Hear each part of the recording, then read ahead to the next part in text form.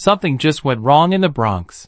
And it's not the kind of wrong that fixes itself in a day or two. The Yankees' best pitcher over the last month. A guy who was quietly outperforming names you'd never expect him to outperform. Just walked off the mound clutching his arm in the middle of a game that mattered. And what happened in the hours after that moment tells you everything about how fragile this Yankees season actually is right now. Brian Cashman didn't wait around. He didn't hope it would sort itself out. He moved immediately, and the ripple effects of that decision are about to touch practically every corner of this roster. Stick around, because this story is bigger than one injury report. If you want every twist of this Yankees pitching situation as it develops, hit subscribe and turn on notifications, because there's a lot more coming. Let's get into exactly what happened. Let's start with the moment itself, because context is everything here. Ryan Weathers had quietly become one of the most important arms in this Yankees rotation, and that sentence alone would have sounded absurd earlier in the season. He arrived in a trade from the Miami Marlins over the winter, a change of scenery move for a former first-round pick who'd bounced between the rotation and the injured list for most of his career.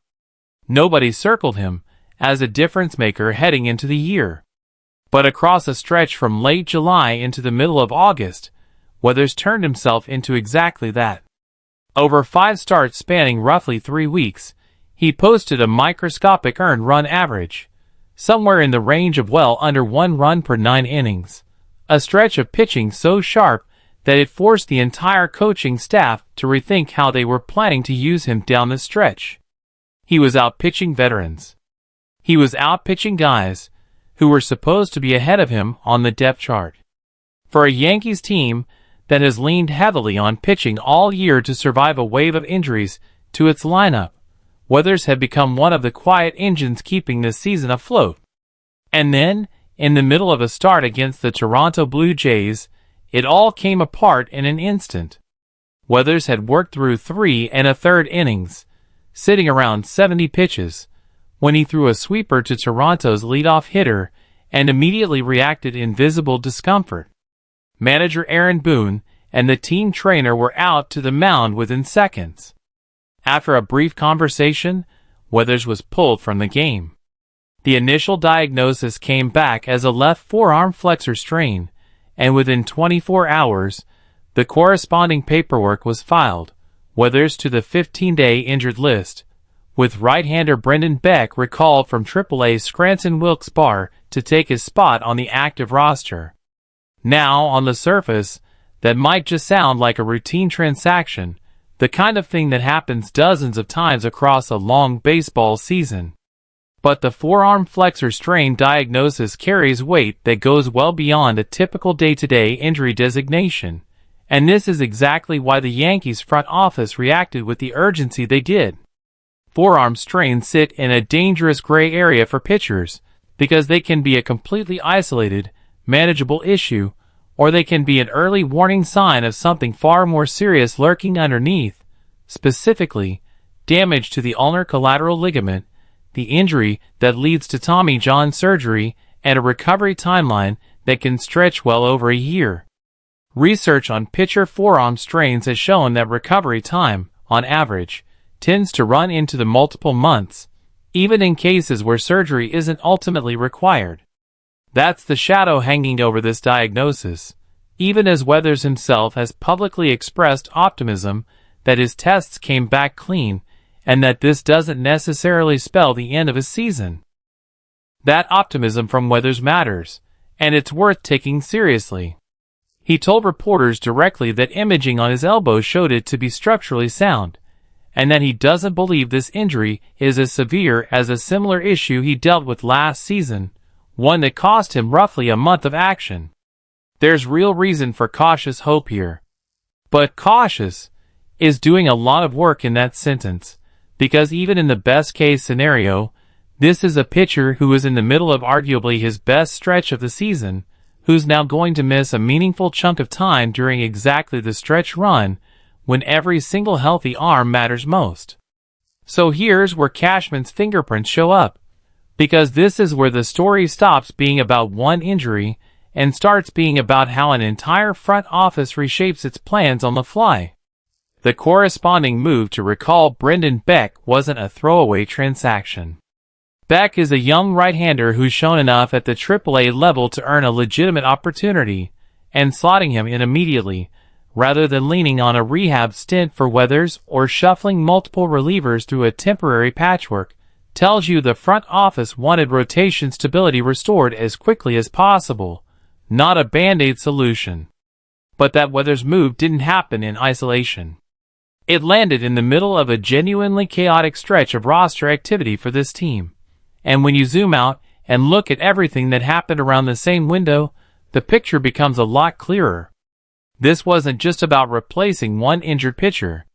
This was about a front office managing an avalanche of moving parts all at once, and doing it under real pressure with a playoff race hanging in the balance.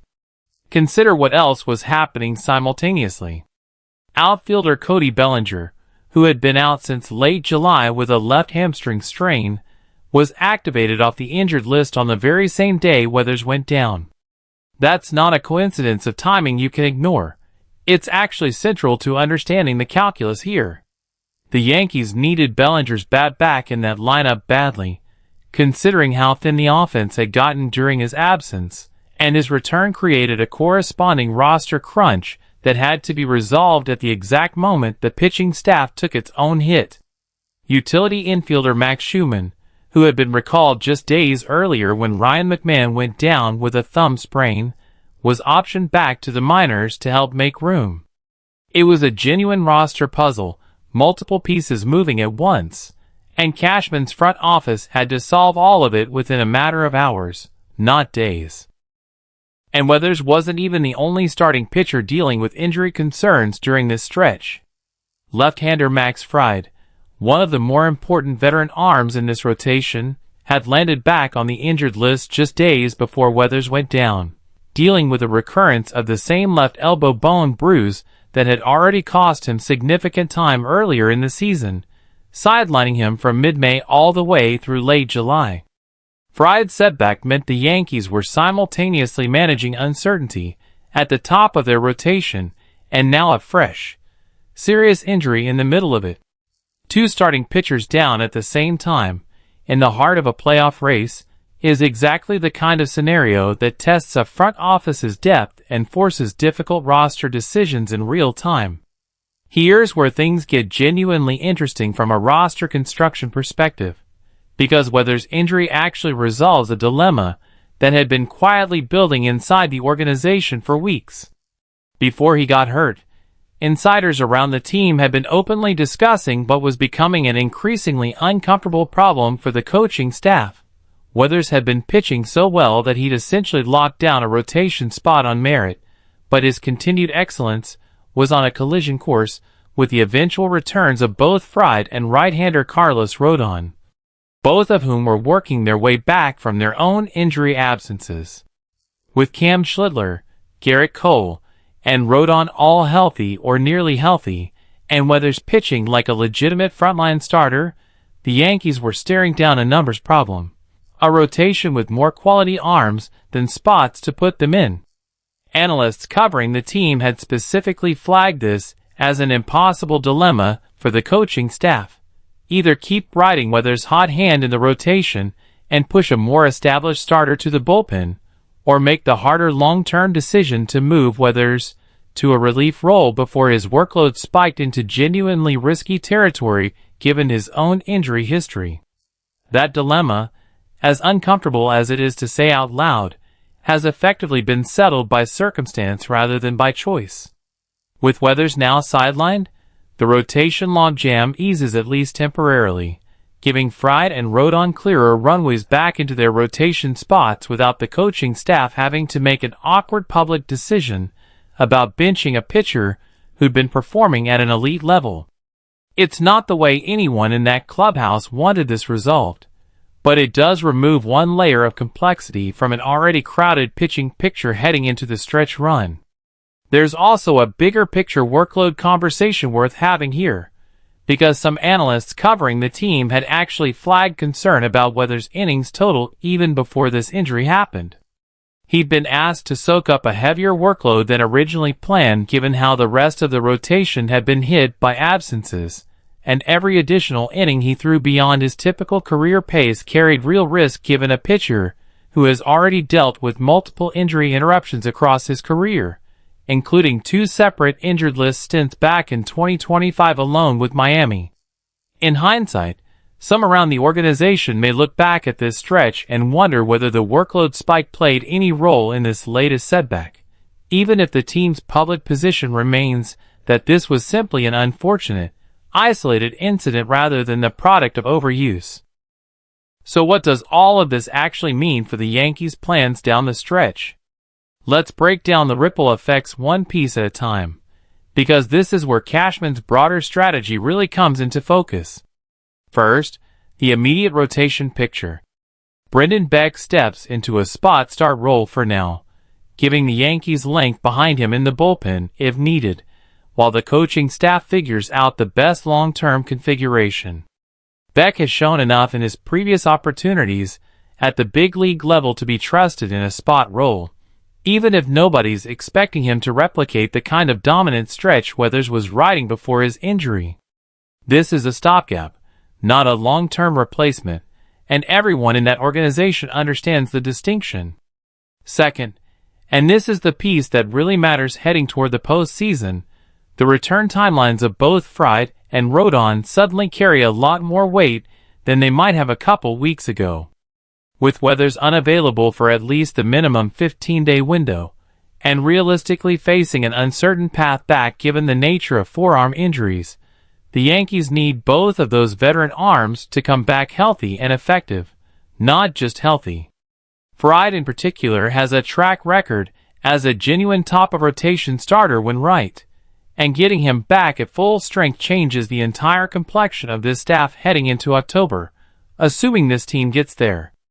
Third, there's the bullpen usage question that this injury creates almost immediately. Weathers himself, even before this latest setback, had been discussed as a potential postseason weapon out of the bullpen given his stuff and his ability to get swings and misses in shorter stints. If his rehab does allow him to return before the end of the regular season, there's a real scenario where the Yankees bring him back not as a starter, but specifically as a high-leverage relief option for a playoff push, effectively fast-tracking a role change that was already being quietly discussed before he got hurt. That's not the outcome anyone wanted from an injury standpoint, but from a pure roster strategy lens, it's a silver lining worth watching for. Fourth, and this is the part that ties everything back to Cashman directly, this entire sequence of moves reflects a front office that's been forced into constant improvisation all season long. This has been a Yankees team defined by attrition from nearly every direction. Giancarlo Stanton battling calf issues on both legs for extended stretches.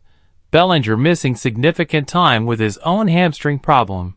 Aaron Judge working his way back from a rib injury that sidelined him since early June. And now a rotation that's had to absorb multiple significant pitching injuries in the exact stretch of the season when depth matters most. Every single one of these moments has forced Cashman and his staff to react quickly, recalibrate, and trust the organizational depth that's been built up through the farm system and off-season acquisitions, like the Weathers trade itself. And that's really the story underneath the story here. This isn't really about one pitcher's forearm strain in isolation.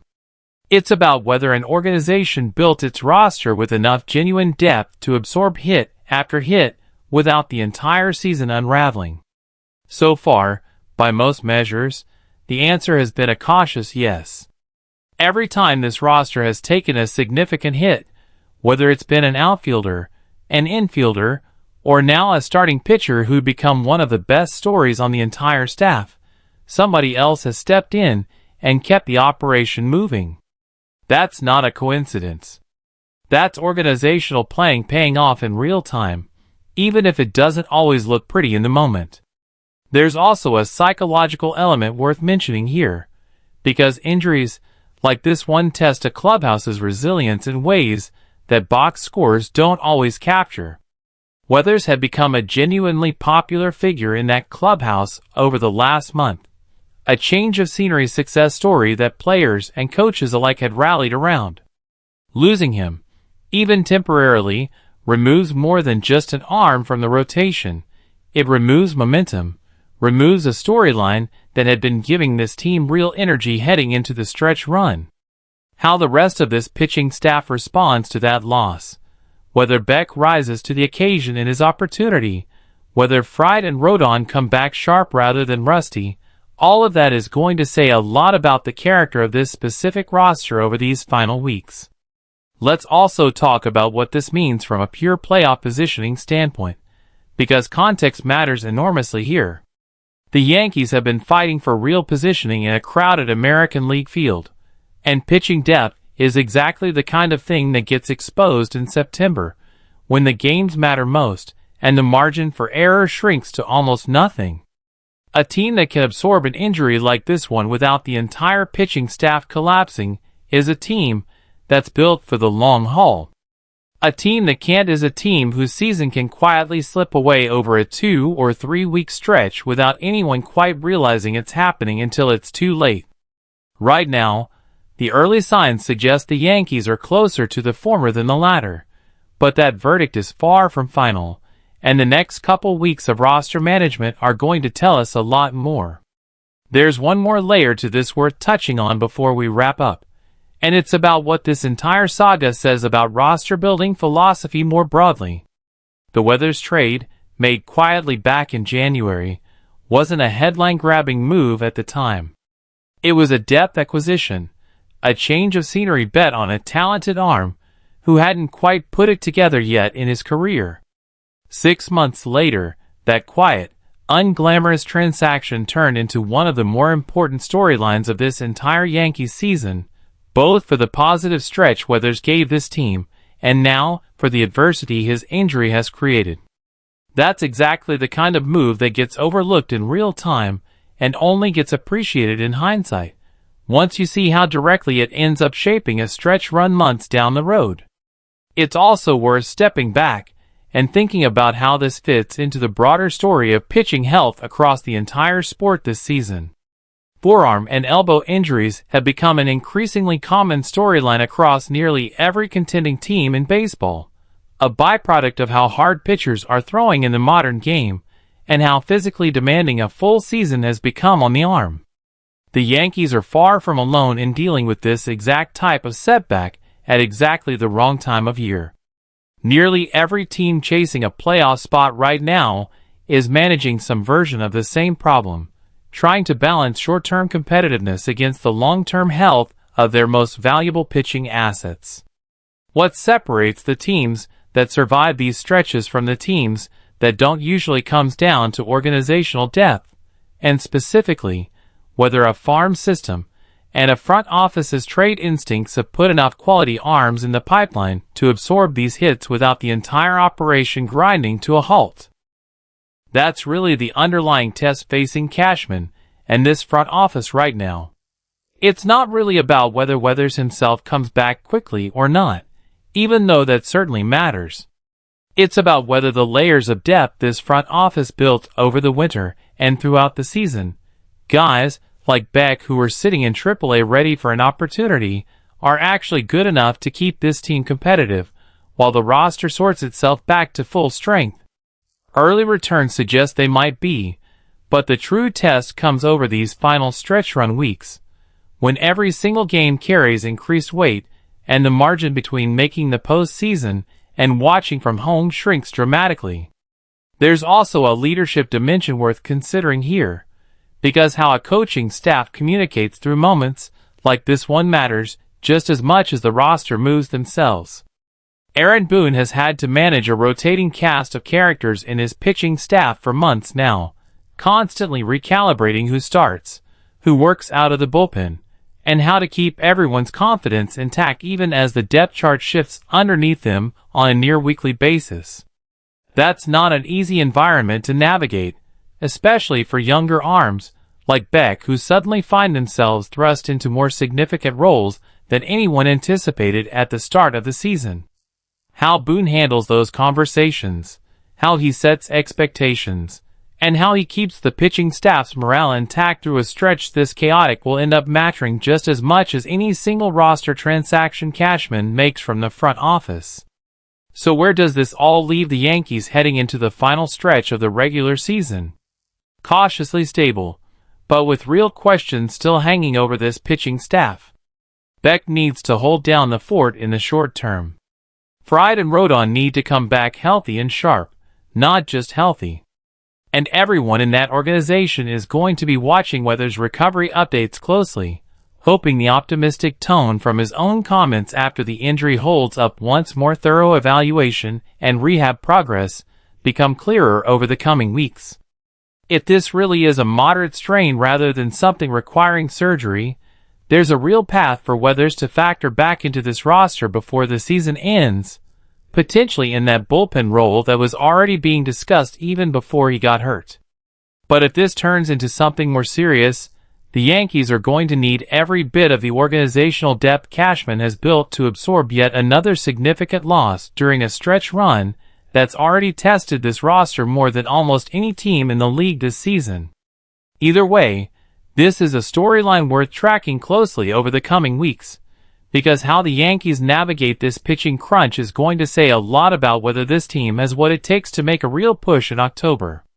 That's the full breakdown of Ryan Weathers' injury, the roster moves that followed, and what it all means for Brian Cashman's plans down the stretch. As always, this breakdown is based on the latest available reports and ongoing developments, and things can change quickly as more information comes out about Weathers' recovery timeline, so stay tuned for updates. This video is for informational and entertainment purposes only, based on publicly available reports. If you enjoyed this breakdown, subscribe so you don't miss the next update on the Yankees pitching situation. Drop a comment with your thoughts on how this rotation shakes out, and I'll see you in the next one.